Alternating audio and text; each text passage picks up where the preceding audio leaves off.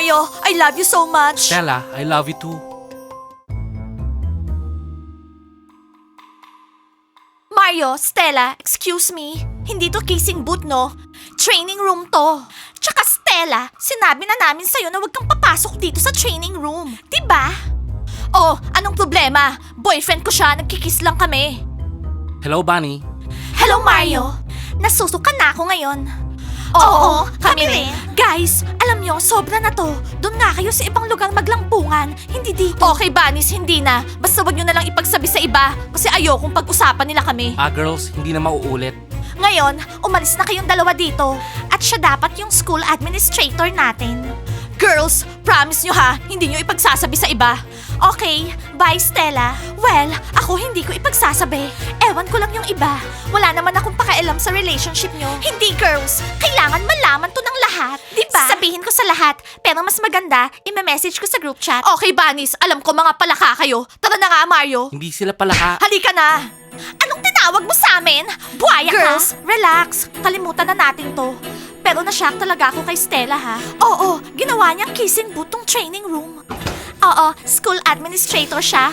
Tapos bad example siya. Girls, in love silang dalawa. Oo, in love. Siya nga yung nagsasabi na wag tayong makipag-kiss dito sa villa. Itago daw natin yung feelings natin. Well, mukhang hindi kayang itago ni Stella yung feelings niya. Okay girls, kalimutan na natin to. By the way, hindi niyo pinuri yung suot ko ngayong araw. Anong masasabi niyo sa sandals ko, ha? Gustong gusto ko talaga yung Prada sandals. Thank you, Maya. Miu Miu to. Okay, Miu Miu. Gusto kong bumili niyan para sa sarili ko, kaya lang hindi pwede sa model height ko. Diana, bibili din ako ng ganyan, pero kulay black, tapos magiging kasing height ko na si Maya tsaka Kitty. Nat, kahit 3 inches pa yung sandals mo, hindi ka magiging ka-height namin. Alam niyo girls, wala akong pakialam kahit 5 feet lang ako. Okay, naintindihan niyo? So, kaya nakatingkayad ka ngayon, ha? Okay, Nat, kalimutan mo na yan. Ako, 5'2" lang. Hindi din ako matangkad. Hindi ko kayo patatawarin dahil dito, girls. Oh no, galit siya. Nat, ano ba? Nagbibiro lang kami. Hi, girls, hindi maganda yung jokes nyo, no? Hi. Hello, girls. Kumusta? Diana, kailangan kita makausap. Hello, boys, kumusta? Guys, may nakita kami ngayong araw. Maya, hindi mo na kailangan sabihin yan. Hindi, Diana, kailangan. So, si Stella tsaka Mario, nagkikiss dito kanina sa gym natin. Oo, guys, maniniwala ba kayo? So, Kiril, anong gusto mong pag-usapan, ha? Timur, halika dito. Diana, huwag kang magagalit kay Kiril ha. Pakinggan mo lang siya. Hindi ko maintindihan. Natatakot na ako. Ano ba yon, Kiril, ha? Wow, may ginawang kapalpakan si Kiril? Well, siguro. Diana, kailangan natin bigay yung perang inipon natin para sa birthday mo. Kiril, baliw ka ba? Hindi, malapit na yung birthday ko. Diana, babalik ko rin yung pera. Timur, alam ko na yan. Nung O, tayo... tama na yan. Huwag nyo na pag-usapan yung relationship, okay? Kiril, hindi ko ibibigay yung birthday money ko kay Timur. Naintindihan mo? Diana, please. Nahanap ko yung dream car ko. Nakiusap si Timur na manghiram ng pera. Hindi ako makatanggi. Gagawin ko lahat para sa kaibigan ko. Oh, so gagawin mo lahat para sa kaibigan mo.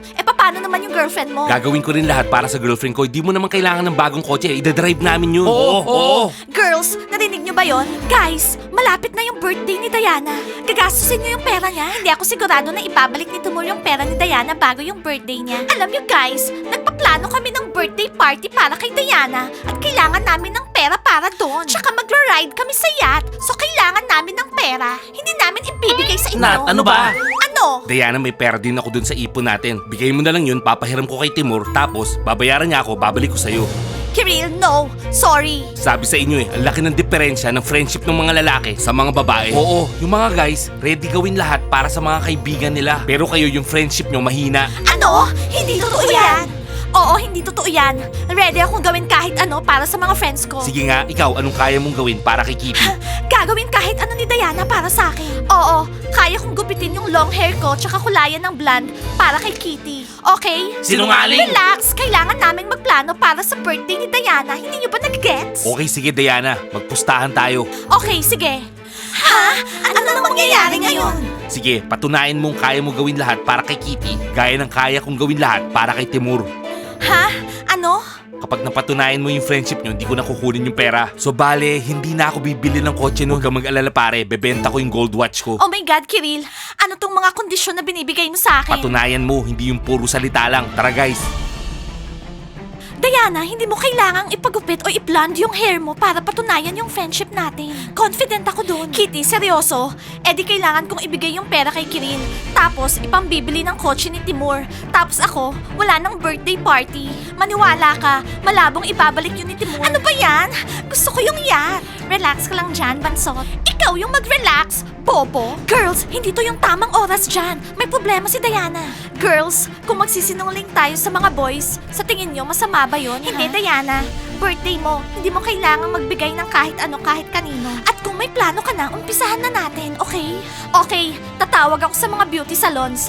Mananalo ako sa pustahan na to. Diana, ready kaming tumulong. Mario, ano na ngayon? Natatakot ako. Stella, magiging okay lahat. Walang magiging okay. Nai-imagine ko na yung mga bunnies sinasabi sa lahat yung tungkol sa atin. Stella, habang nakaupo ka dito nakikinig kay Mario, merong nag-aaway. Merong away? Pink, relax. Stella, pumunta ka doon. Ayusin mo bago mahuli ang lahat. May masama ding nangyari sa amin ni Mario. Nahuli kami. Ano? May sisigawan na sila dun, oh. Stella, pumunta ka na sa basketball court. Ngayon na. Huwag mo nga ako sinisigawan. Okay, Mario, tara. Puntahan natin. Let's go.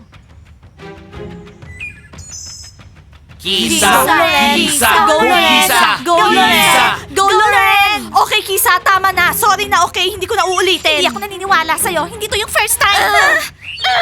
Sige, Kisa! Sige! Sa kanila ko ibubuhos yung galit ko. Silang dalawa yung may kasalanan. Kisa! Hoy, Kisa! kayo! Hello, Stella! Anong nangyayari dito? Di ba maliwanag na walang mag-aaway dito sa villa? Hindi kami nag-aaway. Well, sumali sila sa karate class. Nagpa-practice lang sila. Magkaibigan sila. Kisa, Loren. Kisa, Loren. Ay, sinira lahat ni Stella. Oo nga, ang cool nung away, no? Gigi, nagsisinungaling ka? Siyempre hindi! Nag-aaway silang dalawa, no? Oo. Maliit na sumbongera. Okay, sinong may training ngayon? Kayo ba, girls? Oo. Okay, mag-training na kayo. Kisas, umalis na kayo dito. Ngayon na. Sige na, alis na. Bilisan nyo! Kisa, ang galing ng uppercut mo. Walang magaling sa pag-aaway. Naintindihan mo, ha? Big! Yang Stella na yan? Sinaktan ka ba ni Loren? Hindi. Itutuloy namin to pagkatapos ng practice. Pero sa labas ng villa. Bakit nandito pa kayo, Kisas, ha? Umalis na kayo ngayon na. So, sinong nag-umpisa ng away, ha? Hindi away yon. Nagti-training kami. Okay, Gigi, halika dito. Oh no, sasabihin na lahat ni Gigi sa kanya. Sumbongera yung pandak na yan. Sinabi ko na sa'yo yan. Well, Stella, ninakaw ni Loren yung mascara ni Kisa. Eh, mahal yon. Tapos nalaman niya. Wala akong pakialam kung magkano yung mascara. Sinong nag-umpisa ng away? Kasalanan nilang dalawa. To be honest, si Loren. Ah, Loren. Oo, nilapitan siya ni Kisa. Tinanong kung nasan yung mascara, pero inaway niya agad. Well, sinabi na lahat ni Gigi. Kakausapin ko yung Gigi mamaya sa labas. After training, pumunta ka sa opisina ko mamaya, Loren.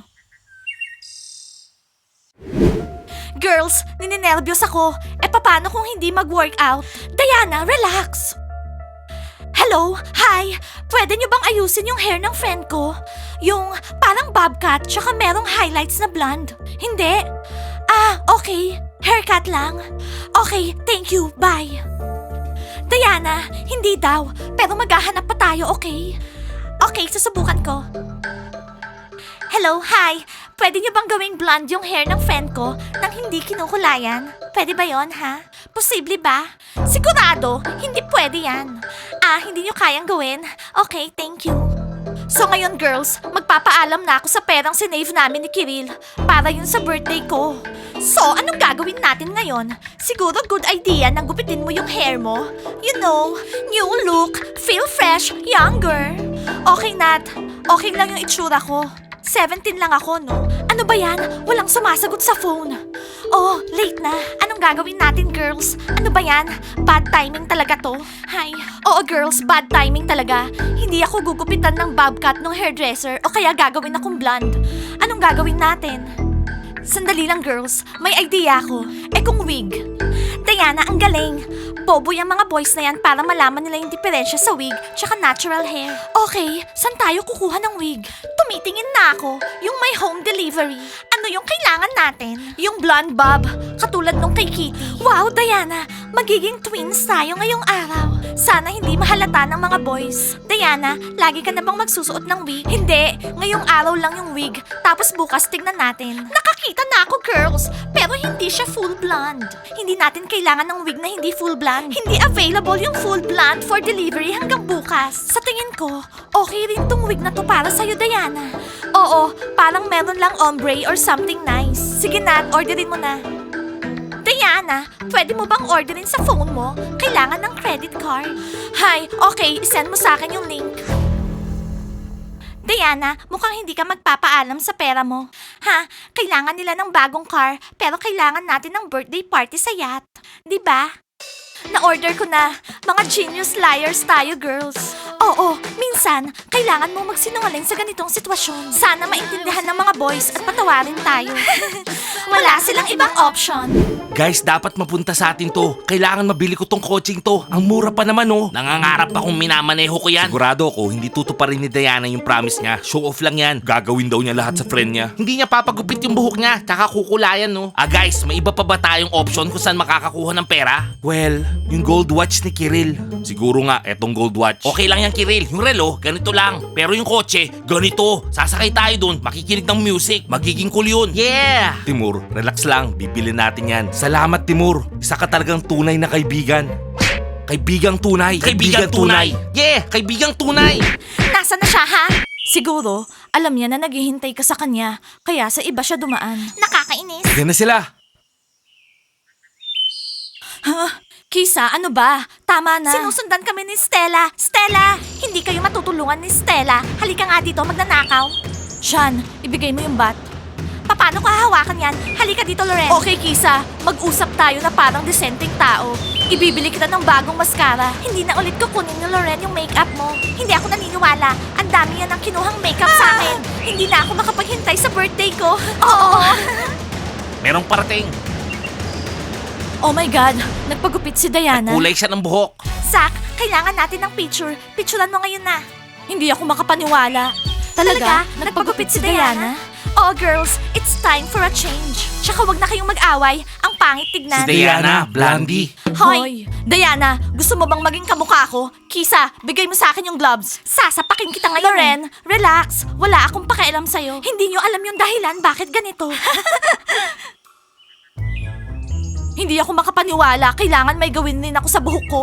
Ano na? Ituloy na natin. Kisa, hindi. Loren, hindi kanya titigilan. Oh no, nag-message si Stella sa GC. Punta daw tayo sa office niya.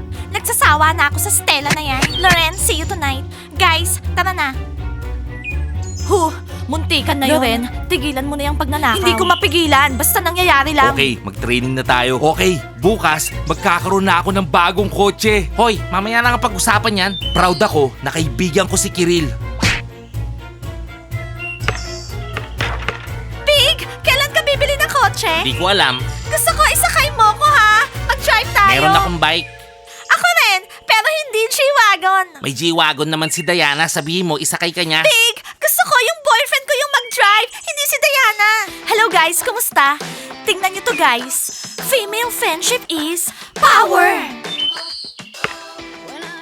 Oh my God, ginawa nga niya. Wala tayong pake. Ibebenta mo pa rin yung relo mo, di ba? Wala akong pakialam sa relo. Tignan mo yung buhok ni Diana. Naaawa ako sa kanya. Blondie, Diana, ang ganda mo. Hoy, easy ka lang. So boys, makukuha ko na ba ulit yung pera? Well, ginawa ko yung pustahan natin. Diana, saan napunta yung buhok mo? Okay lang yan. Hindi problema yan. Tutubo ulit yan. Oo, tama. At sino yung nagsabi na yung friendship ng girls, puro salita lang? Sinabi ko sa inyo na ready akong gawin kahit ano para sa friendship. Nakita mo yung reaction nila? Huwag kang maingay. Kailangan natin yung yacht tsaka yung party. Diana, ginawa mo nga yung promise mo. Pero, yung buhok mo, Diana. Well, ikaw naman yung namili ng pustahan, di ba? Baliw ako. Sana binenta ko na lang yung relo ko. Well guys, pinakita ni Diana sa atin na hindi lang siya puro salita. Ginagawa ng mga girls natin yung mga pangako nila. Good job girls. Ngayon alam namin, hindi kayo puro salita, okay? Yeah, for sure. Okay girls, so ngayon may pera na ako para sa birthday party at para sa yacht. Sigurado yun. Proud ako sa'yo. Love kita kahit wala yung buhok mo. Kiril, hindi mo na kailangan maging proud sa akin. Tsaka Kiril, meron pa naman siyang buhok. Okay, magkakaroon tayo ng birthday tsaka bagong kotse. Wow! Alam mo Kiril, kasalanan mo to. Ikaw yung gumawa ng pustahan, tapos natalo ka. Anyway, kailangan ni Timur mag-save ng sarili niyang pera kung gusto niya ng kotse. Oo, Timur, kailangan mo mag-ipon ng pera. Oo, hindi yung puro gastos. Okay girls, masaya to. Birthday tsaka bagong kotse. Okay guys, tuloy na natin yung game natin. Okay, tara. So guys, anong masasabi niyo sa bago kong haircut? Ikaw i-comment nyo ha. Like and subscribe to the channel and don't forget to hit the bell. See you in our next episodes. I love you guys. See you soon. Bye! Think of gunfire.